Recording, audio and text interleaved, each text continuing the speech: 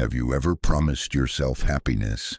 A promise that when you finally get that promotion, or finish that degree, or reach that one great distant goal, everything will finally fall into place, that a feeling of deep, lasting peace is waiting for you at the finish line. Maybe it's when you finally lose those last 10 pounds, or when you get that corner office, or when your follower count hits 6 figures, or when you finally move to that dream city you've been fantasizing about for years. You tell yourself, when I get there, then I'll be happy, then I'll finally feel complete, then the anxiety will stop, and I can finally breathe. This is a story about that promise, your promise, a promise that millions of people make to themselves every single day without realizing they're walking into one of the most profound psychological traps of modern life. Picture yourself at the end, standing on the summit of a mountain you've spent your entire life climbing. The air here is thin and cold. There are no trumpets, no applause, no celebration waiting for you. Below you, the world is a sea of quiet gray clouds, stretching endlessly in every direction. You've arrived. The race is over. You did it. But the feeling you were promised is not here. There is no joy, no relief, no sudden rush of fulfillment flooding through your veins.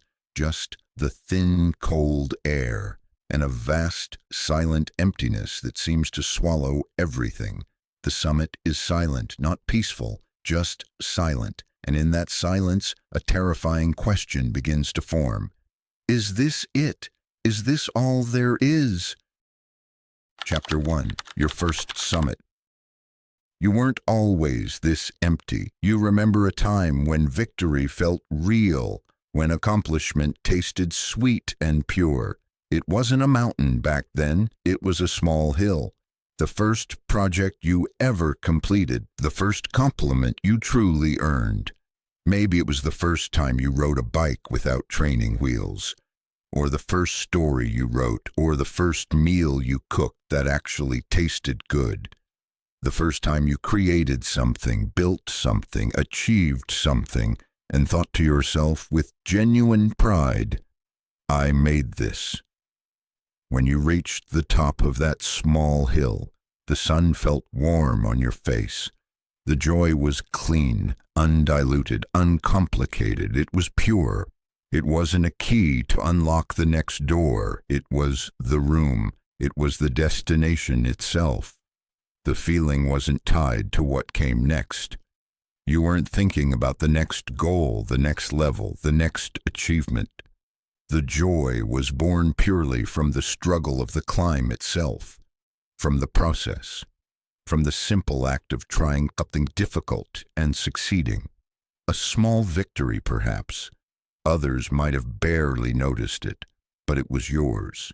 You owned it completely. No conditions, no asterisks, no yes, but, and for a brief, perfect moment, it was enough. You didn't know it then, how could you?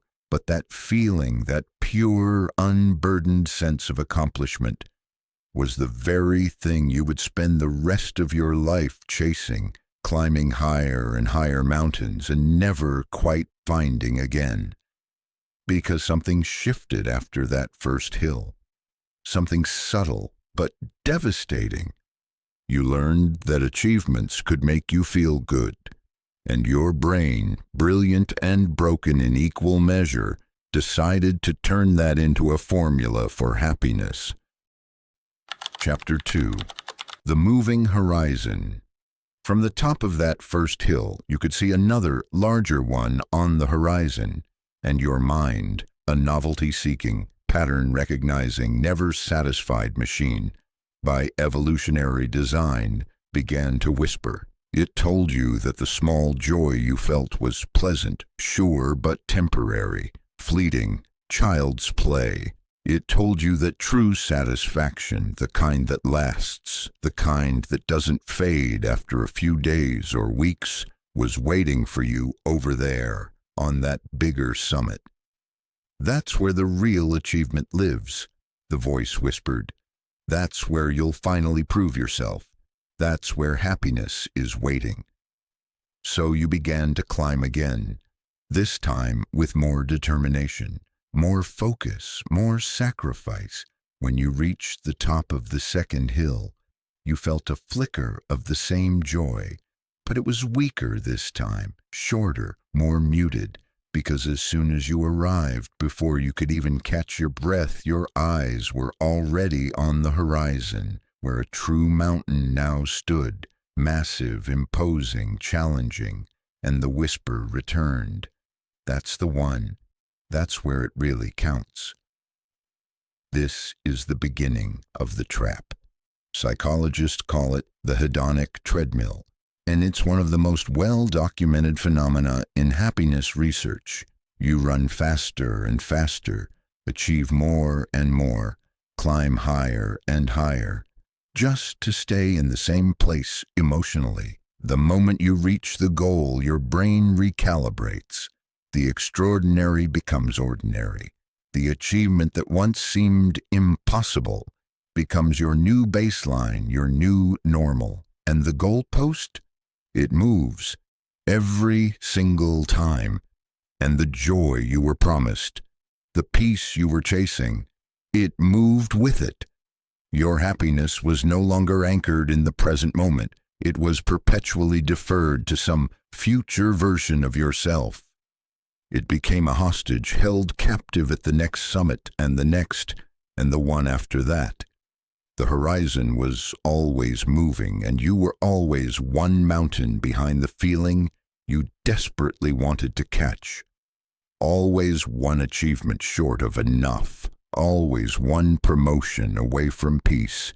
You became like a donkey chasing a carrot dangling from a stick attached to its own back, running forever toward something it will never reach, because the destination moves at the same speed as the pursuit. Chapter 3. The Ghost of What's Next. Somewhere along the way, without you even noticing, your motivation fundamentally changed.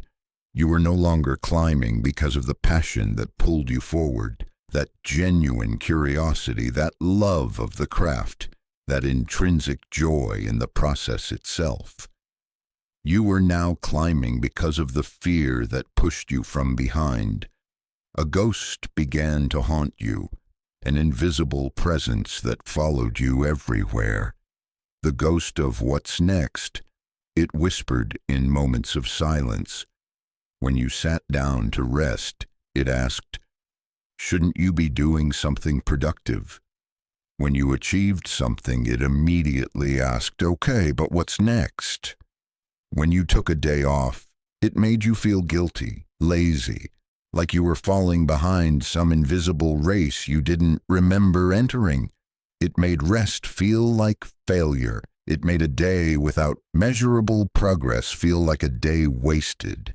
It made enough feel like a dirty word, like giving up, like settling. Productivity was no longer a tool to help you build the life you wanted. It had become your entire identity. Your worth as a human being became entangled with your output. I achieve, therefore I am. If you weren't producing, weren't optimizing, weren't climbing, then who were you? What were you worth? The journey was no longer about the joy of the climb, the satisfaction of growth, the pleasure of mastery.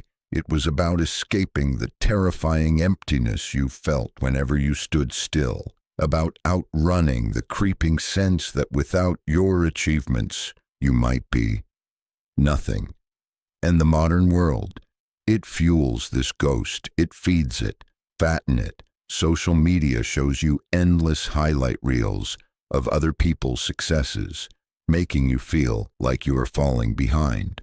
Productivity gurus tell you to optimize every moment, to wake up at 5 a.m., to hustle, to grind, to turn your hobbies into side hustles, to monetize your passion, to never be satisfied. The culture glorifies the destination and demonizes the rest stops. It celebrates the grind and shames the plateau. It treats burnout like a badge of honor and rest like a character flaw. And so you climbed, not with hope, but with anxiety, not with joy, but with a constant gnawing fear of not being enough. You were no longer running towards something beautiful. You were running away from the terrifying possibility of nothingness. You were no longer pulled forward by passion, by love, by purpose. You were pushed by a constant, quiet panic that never quite went away, no matter how high you climbed. Chapter 4: The Summit of Nothing. And so we return to the end, the final summit, the place where there are no more mountains visible to climb. You stand there, wind cutting through your clothes, and wait for the feeling you were promised, the one you've been chasing for years, maybe decades. You wait for the relief, the peace, the deep satisfaction, the sense of I made it, I'm finally enough.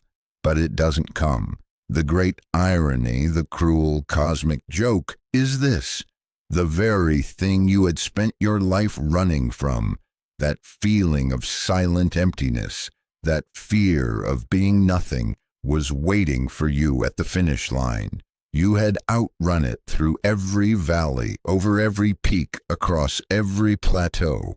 You thought you'd left it behind miles ago. But it was patient. It knew where you were headed. And when you finally arrived, breathless and exhausted, it was already there, sitting comfortably at the summit, waiting to greet you like an old friend. You had become a master of a single skill: climbing. You could read the weather, map the terrain, optimize your route, and conquer any obstacle. You knew every technique, every strategy, every hack for reaching the next level. But in becoming a master climber, you had forgotten the entire purpose of the journey. You had a map of every mountain, every peak in the range, but you had forgotten what the sun felt like on your skin. You had mastered the science of reaching the peak, but you had completely forgotten the art of the journey itself. The small moments of rest by a stream, the view from halfway up when you could see both where you'd been and where you were going, the simple, primal satisfaction of putting one foot in front of the other, the conversations with fellow travelers, the unexpected beauty of a wildflower growing between the rocks. All of it was sacrificed. All of it was ignored, dismissed as distractions from the real goal.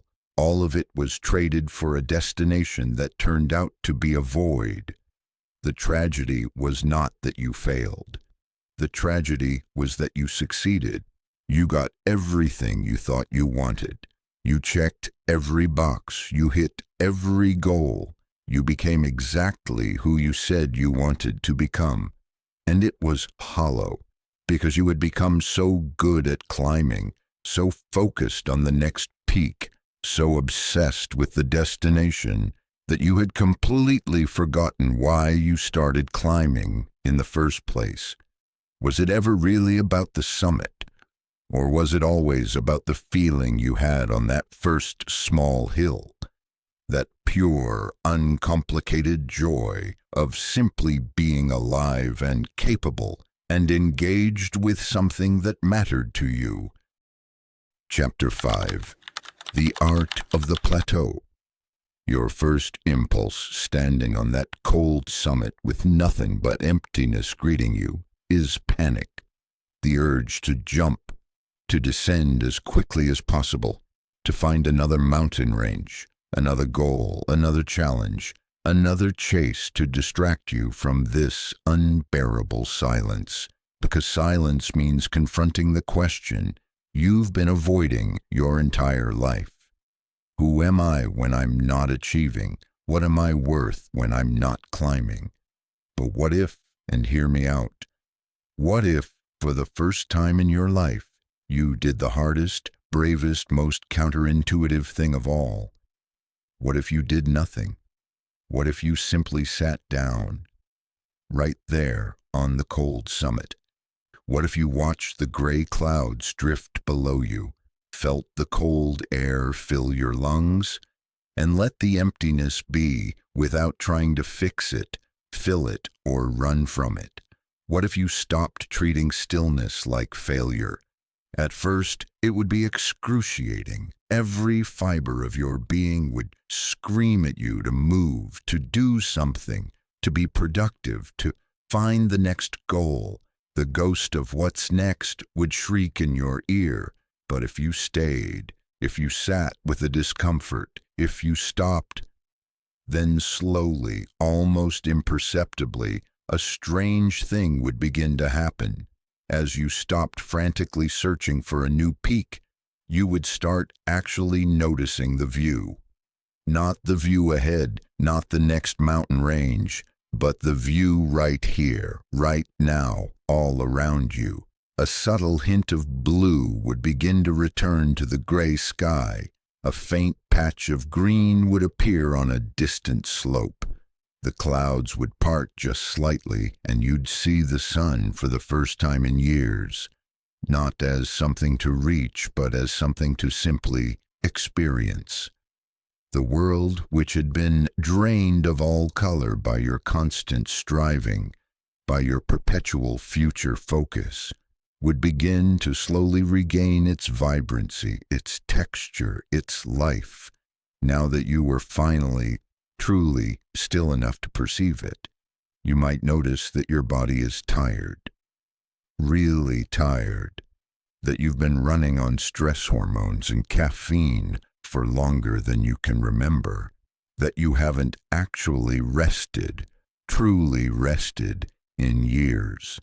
You might notice that there are people in your life you've been taking for granted, relationships you've neglected because they didn't contribute to your goals, moments of connection you missed because you were too busy optimizing the future. You might notice that there are small pleasures you've completely forgotten about. The taste of coffee in the morning, the sound of rain, the feel of the sun on your face, the simple joy of doing absolutely nothing of consequence. This is the forgotten wisdom in a world obsessed with summits, with growth hacking, with 10xing everything. The art of the plateau. We are taught from childhood that a plateau is a sign of stagnation, a place where progress dies, a thing to be feared and escaped as quickly as possible. We're told that if you're not growing, you're dying. If you're not moving forward, you're falling behind. But that is a lie, a culturally constructed, economically convenient lie that keeps you producing, consuming, and climbing forever. A plateau is not an end. It's not a failure. It's not a problem to be solved. A plateau is a destination in itself. It is a space for integration, for consolidation, for recovery, for reflection. It's where you actually digest and internalize the lessons from the climb. It's where growth becomes sustainable instead of manic. It is the place you learn to enjoy the view, not as a reward you have to earn through more achievement, but as something you're already worthy of experiencing right now, exactly as you are. Lasting happiness, real, sustainable, deep contentment is not found at the peak. It was never waiting at the summit. That was always an illusion, a mirage that kept you climbing. True peace is built on the plateau. It is found in your ability to enjoy life, to be present, to feel gratitude, without the constant need for the next great achievement, to validate your existence. It's found in the radical act of believing that you are enough. Not when you hit the next goal, not when you finally make it, but right now, today, as you are. The goal was never really the destination. It was always the journey. and the wisdom to know when to stop climbing, sit down, and actually enjoy the view, not because you've earned it, but because you're alive.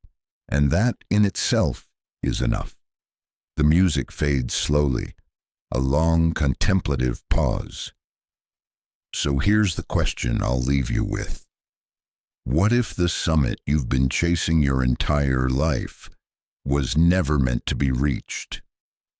What if it was only ever meant to keep you moving, growing, and engaging with life?